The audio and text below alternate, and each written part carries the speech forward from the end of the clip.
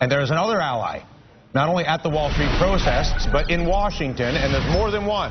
Congresswoman Donna F was one of the first to sign on Tuesday our petition to get money out. You also, Congresswoman, were active and engaged immediately Tuesday night on Twitter. I want to read what you said when we did this.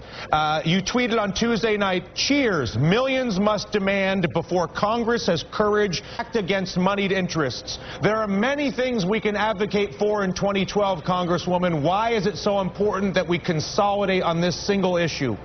Well, I think it's really important, Dylan, and thank you and thank the 82,000 people around this country, and I believe millions more who believe that unless you get the money out of politics, the pharmaceuticals, the banks, the credit card industry, the oil and gas companies, all of them out of our political process, we won't own it. And I think people all across the country, whether they're demonstrating on Wall Street or they're on Main Street, are crying out for our democracy to be returned to us, getting the money out of politics so that we can restore democracy, so we can have fair elections, and so we can have people in Washington who really do represent the interest of ordinary people. Many would like to see this group, forget those who would just like to see things blow up because it's easy to sit back and watch the kids fail.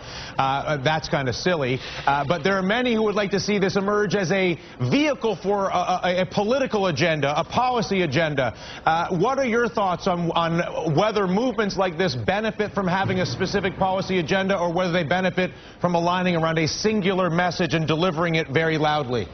I think the problem that you've identified, and I've done that too, I have a constitutional amendment that I actually introduced into the Congress that has 15 co-sponsors. It's H-Res 78, your constitutional amendment. Until we can change the process by which we conduct our elections, get the money out of politics, it's actually hard to have any kind of real policy agenda for the American people. And that's why I believe that it's really central to what we do to get the money out of politics, to clean out our elections. I believe that we should have public financing of elections, because if we don't own the elections, Wall Street owns it, the banks own it, the credit card companies own it, the pharmaceutical industry owns it. And so I want to restore sanity by getting the money out, and then we can have a fair fight on what the policies ought to be. The danger is people have a lot of ideas. I've got a lot of ideas, all the things that I feel like we should do, and you have a lot of ideas, and I'm sure the folks in the square have a lot of ideas, and all the consultants, oh, well, you do this, if you just did this with tax policy, if you just did this with trade, if you just did this with health care.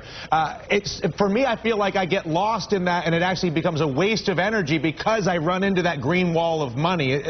Do you share that observation?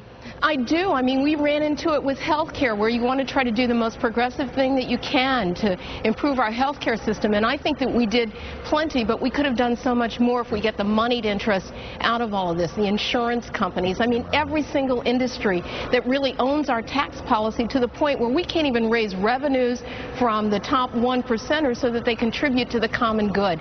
And I think it's imperative for us to get money out of politics, to clean up our elections, for us to own our elections once again. I mean, we just passed another fundraising quarter where we've already exceeded $300 million, which is more than we've ever spent at any one time on elections, and we're getting ready to add millions more onto that in a process that's completely owned by the moneyed interest. It's not fair to the American people. And the problem is, it feels so much better emotionally to advocate for something, one specific policy idea. How do you curb your desire to do what you want to do, to redirect your attention to the problem? Well, you know, I mean, you can't ignore the day-to-day problems and what we have to do. But the fundamental problem with our system is that the moneyed interests own it. And we've got to clean that out so that we can start fresh, so that the American people actually feel that they have a voice in the process. And so I want a constitutional amendment so corporations can't just reach into their pocket and spend what they want on elections, so that the American people actually own our elections and own our process. Exactly. Listen, Congresswoman, I couldn't be more appreciative of your rapid support for our efforts. I hope that you'll find myself and our group very supportive of yours. I suspect the Tea Party to Occupy Wall Street, the singular principle that you speak to, resonates to all stripes in this country. Thank you, Congresswoman. Thank you. All right, our Monday mega panel, speaking of all stripes.